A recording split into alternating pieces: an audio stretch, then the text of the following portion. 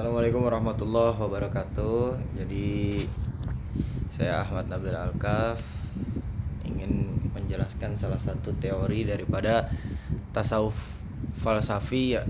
Sebelumnya tasawuf falsafi itu adalah cabang tasawuf yang berpadu dengan filsafat.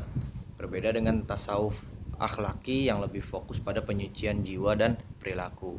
Namun dari tasawuf falsafi sendiri membahas aspek metafisika, ontologi dan kosmologi, yakni di dalamnya adalah pembahasan tentang hakikat Tuhan, alam semesta dan hubungan manusia dengan keduanya. Jadi tujuan atau fokus utama dari tasawuf falsafi itu sendiri adalah mencapai hakikat kebenaran dan ma'rifatullah melalui pendekatan intelektual dan spiritual. Terdapat banyak sekali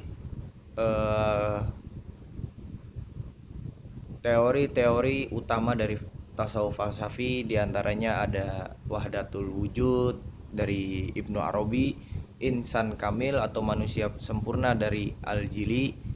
Ada juga teori Nur Muhammad dari Al-Halaj dan Suhrawardi, dan juga teori emanasi dari Suhrawardi juga dan Ibnu Sina.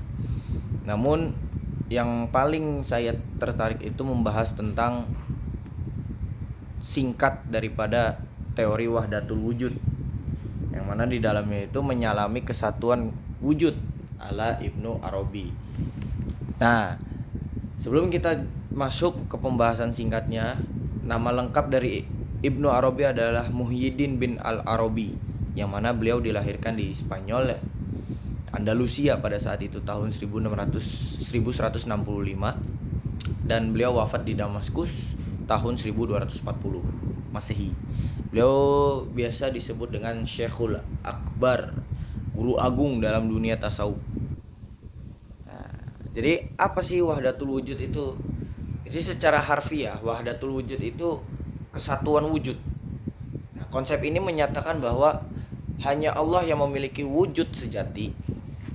Ya, semua yang ada di alam semesta ini hanyalah perwujudan atau bayangan dari wujud Allah. Dengan kata lain, kita ini ada, tapi keberadaan kita bukan wujud sejati, melainkan cahaya bayangan dari Tuhan. Segala sesuatu adalah manifestasi dari sifat-sifat Tuhan. Nah, tujuan dari teori ini adalah untuk mendekatkan diri kita kepada Allah Subhanahu wa taala. Mendekatkan diri kepada Tuhan dengan menyadari bahwa tidak ada yang benar-benar ada gitu. Jadi kayak di dunia ini ada karena diadakan.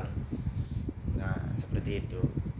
Dan juga kita menghilangkan rasa kesombongan kita sebagai seorang hamba untuk menghapus ego, karena sebenarnya diri kita nih sebagai makhluk gitu kan, sebagai makhluk yang diciptakan gitu. Kita tuh bukan pusat segalanya gitu. Jadi kayak kita ingin berkehendak itu karena kehendak Tuhan gitu. Itu tujuan dari teorinya. Dan terdapat beberapa ulama yang kurang setuju dengan pembahasan ini, seperti Ibnu Taimiyah yang menganggap teori ini berbahaya karena mirip panteisme, menyamakan Tuhan dengan makhluk. Itu kontroversi itu banyak ulama-ulama yang menentang.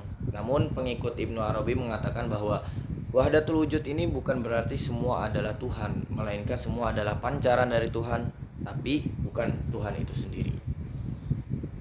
Dan yang terakhir, penutup langsung, wahdatul wujud itu mengajak kita untuk melihat alam ini dengan mata hati, menyadari bahwa di balik segala keberadaan yang ada di dunia ini nih, baik gunung semuanya gitu kan, langit, bumi, itu hanya ada satu wujud yang sejati, yakni Allah Subhanahu wa taala.